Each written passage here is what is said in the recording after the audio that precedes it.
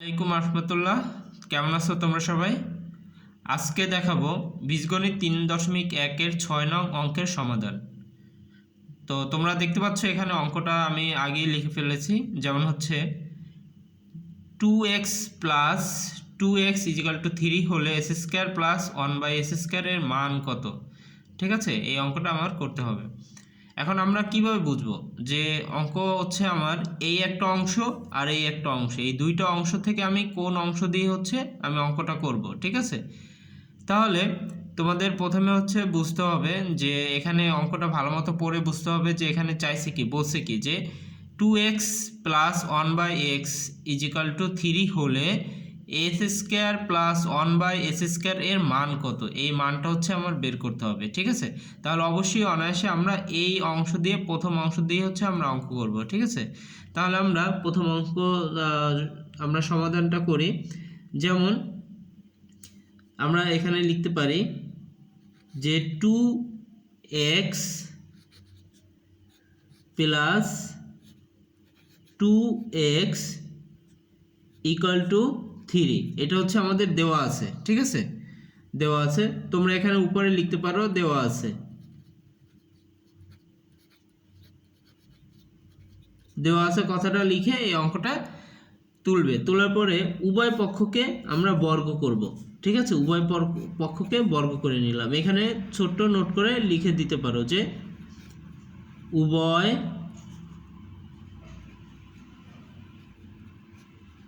পক্ষকে বর্গ করে।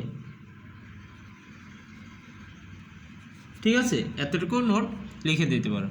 এখন দেখো এখানে আমরা যখন উভয় পক্ষকে বর্গ করলাম, তাহলে এখানে 2x plus 2/x whole square equal to 3 whole square.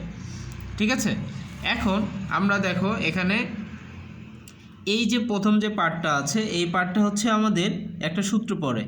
যেমন আমরা যদি এই 2x এই পুরোটাকে যদি আমরা a ধরি, আর এই পুরোটাকে অর্থাৎ 2/xকে যদি আমরা b ধরি, তাহলে a plus b whole square. তাহলে a প্লাস b হোল স্কোয়ারের সূত্র আমরা জানি যে S square plus 2ab plus B square. ঠিক আছে, তাহলে আমরা এখানে এ ধরছি কোনটাকে, 2x-কে, তাহলে আমরা এখানে এই সূত্রের জায়গায়, অর্থাৎ আমরা এই সূত্রের জায়গায় এই 2x বসাবো। বা তোমাদের আরও সহজ করে বোঝার জন্য আমি সূত্রটা প্রথমে লিখি। যেমন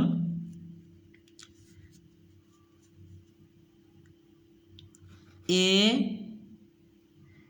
square plus 2ab plus B square. ঠিক আছে, আমি সূত্রটা লিখে নিলাম। তো তোমরা অঙ্কের ক্ষেত্রে হচ্ছে এই সূত্রটা লেখার দরকার নেই, আমি তোমাদের বোঝানোর জন্য এই সূত্রটা লিখে নিলাম। এবার হচ্ছে আমরা অঙ্কটা করি। আমি এখানে ব্র্যাকেট দিয়ে আটকিয়ে দিলাম যাতে তোমরা বুঝতে পারো। এখন দেখো এই যে এ, তাহলে আমরা এ ধরছি কোনটাকে, 2x-কে, তাহলে এই এর জায়গাতে হচ্ছে আমরা এখানে এই 2x বসাইলাম। যেহেতু এখানে স্কোয়ার আছে, এর উপর স্কোয়ার আছে, তাহলে এখানে স্কোয়ার দিলাম। এখন তোমাদের প্রশ্ন হইতে পারে যে স্যার এখানে ব্র্যাকেট কেন দিলাম? দেখো এখানে শুধু এ আছে, এই কারণে এর উপর স্কোয়ার, আর এখানে 2x আছে।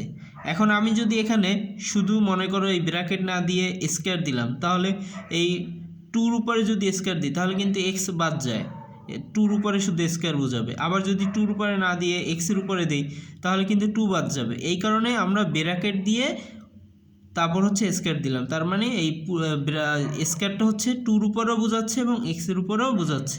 ঠিক আছে, এরপর হচ্ছে সূত্রের প্লাস, এই সূত্রের প্লাস, এরপর সূত্রের 2 এ, তাহলে এ ধরছি কোনটা আমরা, এই 2x-কে, তাহলে এর জায়গায় বসবে হচ্ছে 2x।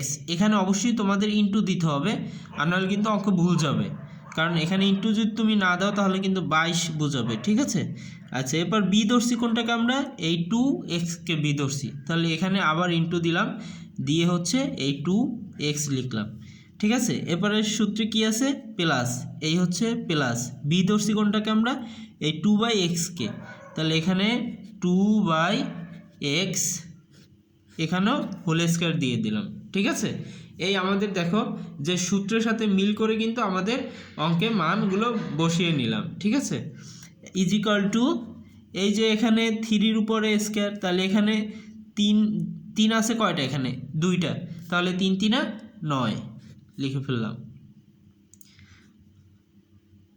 Is equal two. এখন দেখো যে এই যে 2-এর উপরেও যেহেতু স্কয়ার আছে, তাহলে 2 আছে কয়টা, 2টা, তাহলে 2 দ্বিগুণে 4। তারপর হচ্ছে এক্স আছে কয়টা, 2টা, তাহলে এখানে তো আর এক্স করা যায় না, তাহলে হচ্ছে আমরা এক্স এস স্কয়ার দিয়ে দিলাম। ঠিক আছে, এরপর প্লাস এখানে দেখো যে ইনটু যদি থাকে তাহলে উপরে নিচে কাটাকাটি যায়, যেমন হচ্ছে এই এক্স আর এই এক্স কেটে দিলাম। ঠিক আছে, তাহলে আমার এই এক্স আছে উপরে মানে লব, আর এই এক্স হচ্ছে হর, এই কারণে কাটাকাটি গেল। আর এখানে এই টু এই টু এই টু এরা কিন্তু তিনোটাই হচ্ছে কি লব, এই তিনটা কিন্তু নিচের সংখ্যা না উপরের সংখ্যা, তার মানে গুণ হবে, যেহেতু এখানে ইনটু আছে এখানে ইনটু আছে, তাহলে এই 2 দিয়ে 2 রে গুণ করলে কত হবে, 2 দ্বিগুণে 4, এই 4 দিয়ে 2 রে গুণ করলে 4 দ্বিগুণে 8। বুঝতে পারছো? আচ্ছা, তারপর হচ্ছে এই প্লাস এখানে দেখো হোল স্কয়ার আছে, তাহলে হোল স্কয়ার এখানে 2 আছে কয়টা, 2টা, তাহলে হচ্ছে 2 দ্বিগুণে 4, আর এখানে এক্স এক্সও হচ্ছে 2টা, তাহলে এস স্কয়ার ইকুয়াল টু 9। এরপর পরের লাইনে যাই।